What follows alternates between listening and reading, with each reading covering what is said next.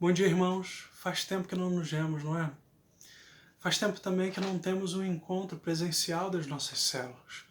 A dinâmica de ter que ir na casa do irmão ou de receber pessoas como eu recebo aqui todas as sextas à noite, um grupo de jovens, e ela faz falta. Como bons brasileiros que nós somos, o abraço, o beijo, a risada, a dinâmica desses encontros presenciais faz falta.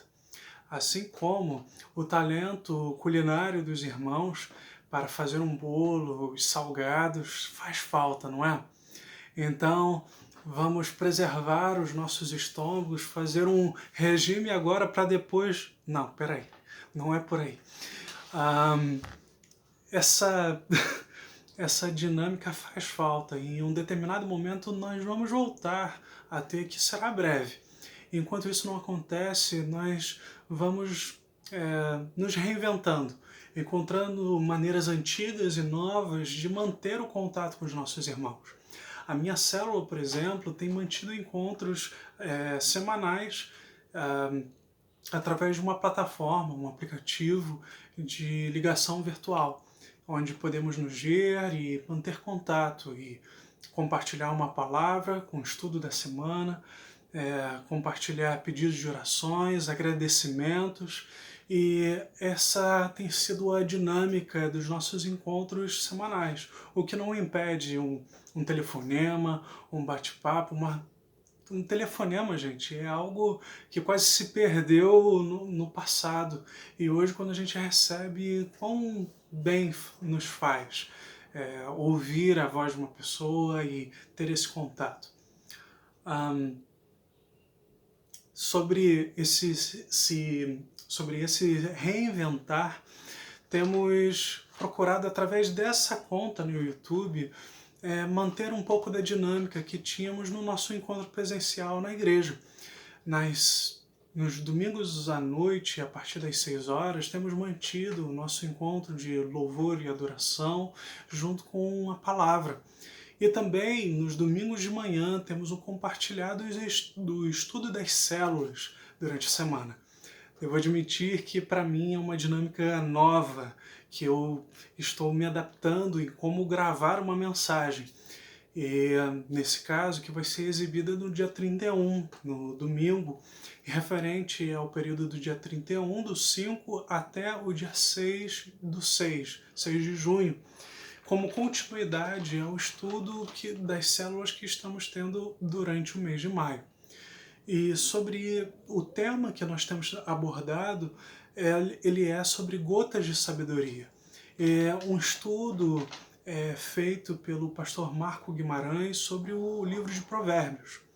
E quando falamos do livro de Provérbios, ele não se refere simplesmente a ditos populares ou ao entendimento de que a sabedoria, que é a essência desse livro, vai além do conhecimento, vai além da aplicação do conhecimento. Ele é a expressão do olhar de Deus através do mundo que a gente interage. Então, a aplicação desses princípios de sabedoria, eles nos levam a olhar com o olhar de Deus. Então, nas últimas semanas, viemos falando sobre isso, passamos pelo temor do Senhor como princípio da sabedoria, o primeiro encontro com a palavra do pastor Marco Guimarães, o não ande por caminhos de trevas com o André Trindade, o cuide de seu testemunho com o pastor Ricardo Barros e o preguiçoso não prospera com o Manuel Carlos. E hoje, partindo para um princípio de sabedoria aplicado no relacional, vamos falar de pais e filhos. E aqui com um filho falando. Ainda não tenho a experiência de ser pai, ainda não sou casado, e eu vou tentar transmitir um pouco daquilo que comunicou, tanto no que se refere à figura do pai, tanto da figura de filho.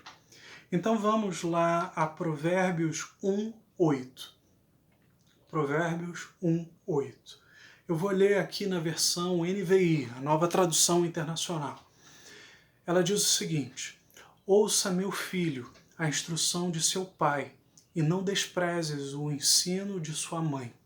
Repetindo, ouça, meu filho, a instrução de seu pai, e não desprezes o ensino de sua mãe.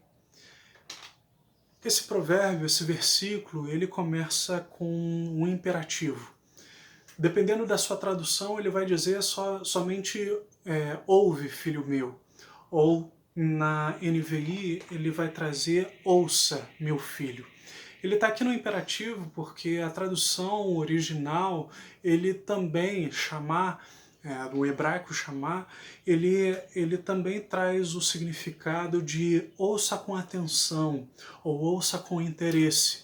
Preste atenção, ele traz um alerta para uma necessidade que precisa ser compreendida, assimilada. Então, quando ele fala ouça, ele fala sobre a instrução de um pai, ele fala sobre o ensino de uma mãe.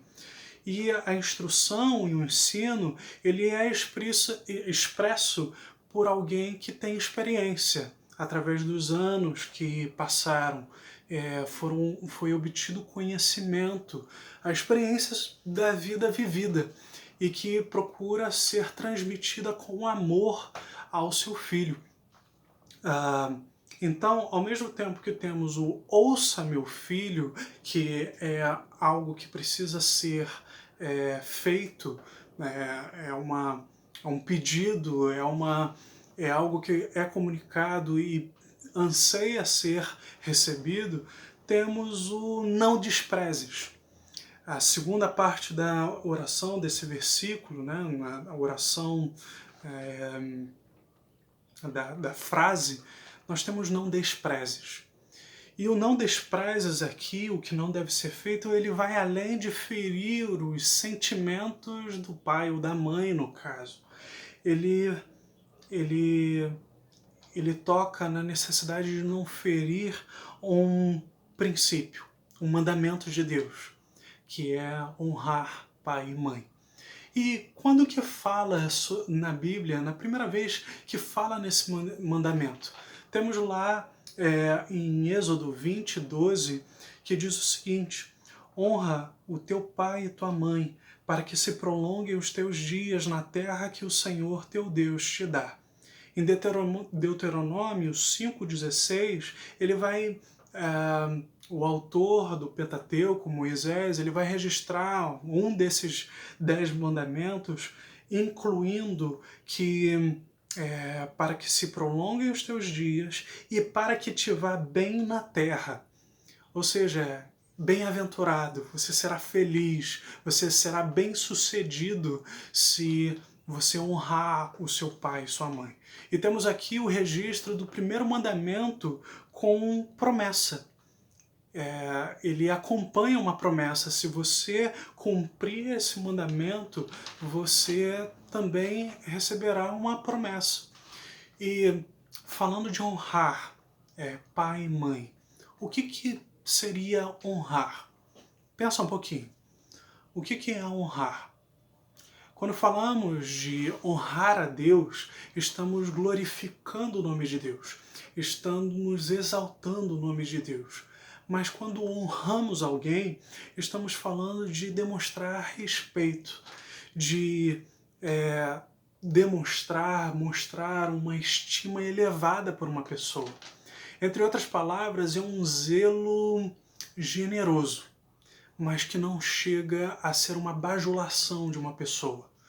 É um valor que se cultiva, que é um esforço consciente e gratuito que se dá para uma pessoa. É uma escolha. E no que se refere a um pai e uma mãe, ele se expressa numa compreensão interna de que não se sabe tudo, que não se entende tudo, que não é autossuficiente. E por fazer esse exercício de compreensão de que não se tem tudo, ele também ele se configura num caminho para a humildade, uma genuína gratidão de receber algo que não se tem. E vamos seguir aqui com Efésios 6, 1 a 4. O apóstolo Paulo, e também aqui na tradução da NVI, ele vai dizer o seguinte: Filhos, obedeçam seus pais no Senhor, pois isso é justo. Vou dar uma parada aqui no versículo 1. Ele fala que obedeçam seus pais no Senhor. Ou seja, ele está condicionando a obediência aos pais aos princípios no Senhor. Então, é importante, é um dever obedecer, honrar pai e mãe, mas é necessário vislumbrar, observar se há concordância com a palavra de Deus, com o ensinamento de pai e mãe. E seguindo, honra teu pai e tua mãe. Este é o primeiro mandamento com promessa, para que tudo te corra bem e tenha longa vida sobre a terra. Isso é uma citação do apóstolo Paulo ao que acabamos de ver em Deuteronômio 5,16. E ele prossegue, pois pais, não irritem seus filhos, antes criem-nos segundo a instrução e o conselho do Senhor. Na tradução Nova Versão Transformadora, ele vai concluir dizendo, não eduquem-nos, antes eduquem-nos com a disciplina e a instrução que vem do Senhor. Ele está dando aqui, o apóstolo Paulo, ele está dando um alerta e apresentando um padrão a ser buscado pelos pais. O alerta que ele está trazendo aqui seria o de não irritar os nossos filhos. Ele não está dizendo aqui para não exortar os filhos, mas ele está apontando para não se haver um excesso nisso, o de não se pesar demais na disciplina, levando eles à ira. Me faz lembrar aqui de outro provérbio. Provérbio 15, 1 vai dizer que a palavra branda desvia o furor, mas a palavra dura suscita a ira. Então, ao se exortar, ao se educar um filho, o apóstolo Paulo está dizendo que não passe da medida, vá na medida certa. E ele aponta o caminho, o padrão para ser buscado, quando ele diz que antes eduque-nos com a disciplina e a instrução que vem do Senhor. Ele está falando para, ao educar, ao exortar, usa a maneira que Deus usa para nós, para nos educar, para nos exortar, para nos corrigir, que é acompanhado de graça, de compaixão, de leveza, de domínio próprio. E ao fazer isso, os pais estarão comunicando um lugar para retornar. Ele sim exorta, sim corrige, mas é uma correção que não gera medo. Na verdade, gera a confiança que está passando por um processo de correção, mas para ser melhorado, para ser aperfeiçoado. E nesse relacionamento de confiança, ele se desenvolve para uma transparência, porque há um sentimento de pertencimento. Nos leva, ao invés de nos afastar, nos leva a nos aproximar. E é esse o amor que é revelado pelo nosso Deus.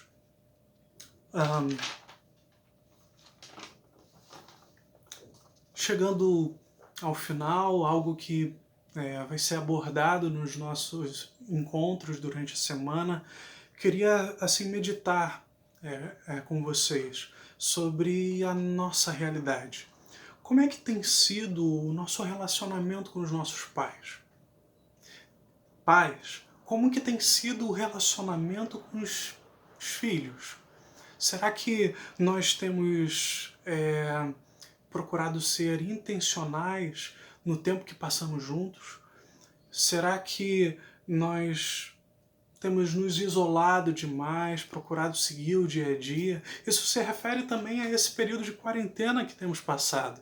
Com excesso de relacionamento pessoal, será que nós temos sido intencionais naquilo que temos desenvolvido com os nossos pais, com os nossos filhos?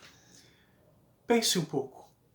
Pense no que você tem cultivado. Será que vai além dos programas de TV, dos filmes? Será que, pai, será que nós temos incentivado a usar bem o dinheiro, a como aplicar as finanças pessoais, como que tem sido o nosso exemplo? Será que nós temos prezado pela construção do nosso exemplo e a partir dele influenciar os nossos filhos? E filhos, isso é para mim, será que nós temos sido pacientes, zelosos, sendo generosos em atenção para os nossos pais, em honra aos nossos pais? Então, que os nossos encontros durante a semana, que o nosso tempo devocional durante a semana, estejamos pensando sobre esse valor, sobre esse princípio, que ele precisa ser investido. A nossa salvação, ela precisa ser desenvolvida nas palavras de Paulo. A minha oração é que durante esse tempo que nós temos passado em casa com as nossas famílias, nossos olhos espirituais possam ser abertos e possamos perceber princípios que precisam ser construídos, desenvolvidos nos nossos relacionamentos pessoais. Porque os nossos relacionamentos dentro das nossas casas, com as nossas famílias, é a base do nosso relacionamento em comunidade, enquanto igreja, e também como base da sociedade. É de dentro para fora que se opera as grandes mudanças que Deus tem para nós. Que a graça e a misericórdia de Deus continue nos capacitando e nos guiando nesse tempo que nós vivemos.